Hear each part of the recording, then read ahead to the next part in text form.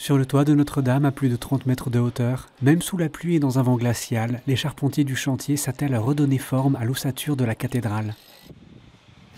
Alors actuellement, on se trouve dans le chœur de Notre-Dame, au-dessus du chœur pour être précis, et on est dans la charpente. Donc qu'est-ce qu'on a au-dessus de nous? On a un assemblage de fermes chevrons, tantôt des fermes secondaires, tantôt des fermes principales qui reprennent plus de charge. Valentin travaille sur la charpente de Notre-Dame depuis janvier 2023, quand il était en atelier. Aujourd'hui, c'est avec fierté qu'il vient tous les matins arpenter les hauteurs de la cathédrale. Donc moi j'ai eu la chance de participer à la fois au dessin, au traçage, et ensuite à l'assemblage et au levage à blanc. Et aujourd'hui sur site, le levage pour de vrai. Chaque fois qu'on monte, franchement, moi tous les matins, je viens travailler avec plaisir. Bon, ça a toujours été le cas, mais là c'est une émotion particulière. On est sur une cathédrale déjà, on est sur la cathédrale française la plus connue, la plus symbolique. C'est quand même un haut lieu spirituel sur lequel on travaille et on remarche en fait dans les traces de nos prédécesseurs, donc qui étaient il y a 1000 ans. C'était enfin un peu moins de 1000 ans, pardon.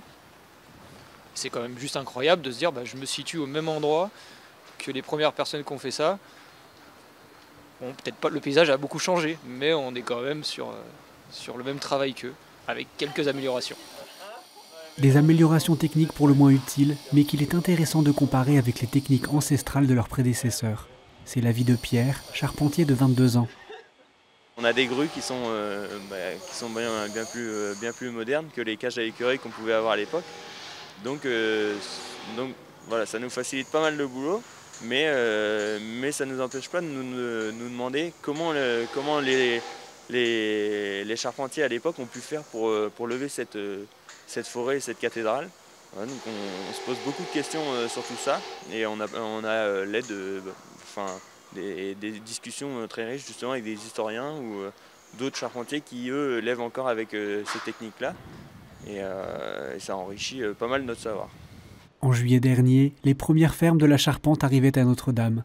Et aujourd'hui, la forêt de la cathédrale est sur le point d'être entièrement reconstituée à l'identique. Une grande satisfaction pour Philippe Jost, président de l'établissement public chargé de la restauration de Notre-Dame. La charpente de la nef et du chœur ont vraiment bien avancé rapidement cet automne, puisque nous avons quasiment achevé la charpente du chœur. Il nous reste à faire l'extrémité orientale, c'est-à-dire ce qu'on appelle l'abside, la partie arrondie du chœur, ce qui est une partie très belle en termes de charpente, mais en termes de quantité globale de bois, on a fait quand même on a déjà monté la plus grande partie de la charpente du chœur.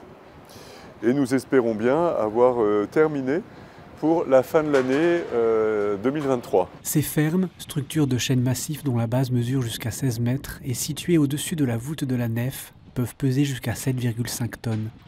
Leur importance est non seulement structurelle, mais pas uniquement. La charpente, c'est quand même ce qui va venir soutenir la couverture, donc c'est l'ossature du toit. En plus, c'est quand même la charpente, le charpentier, c'est quand même le métier du Père de Jésus, donc c'est un peu symbolique, je veux dire, sur une cathédrale d'être charpentier, c'est vraiment une émotion particulière. Moi, je suis pas spécialement croyant, mais ça fait toujours quelque chose de se dire toute la symbolique que ça représente la charpente dans un édifice catholique.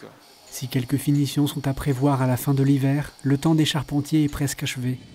Et comme à chaque étape, c'est à la fois une fierté et un petit déchirement de voir une équipe passer le relais.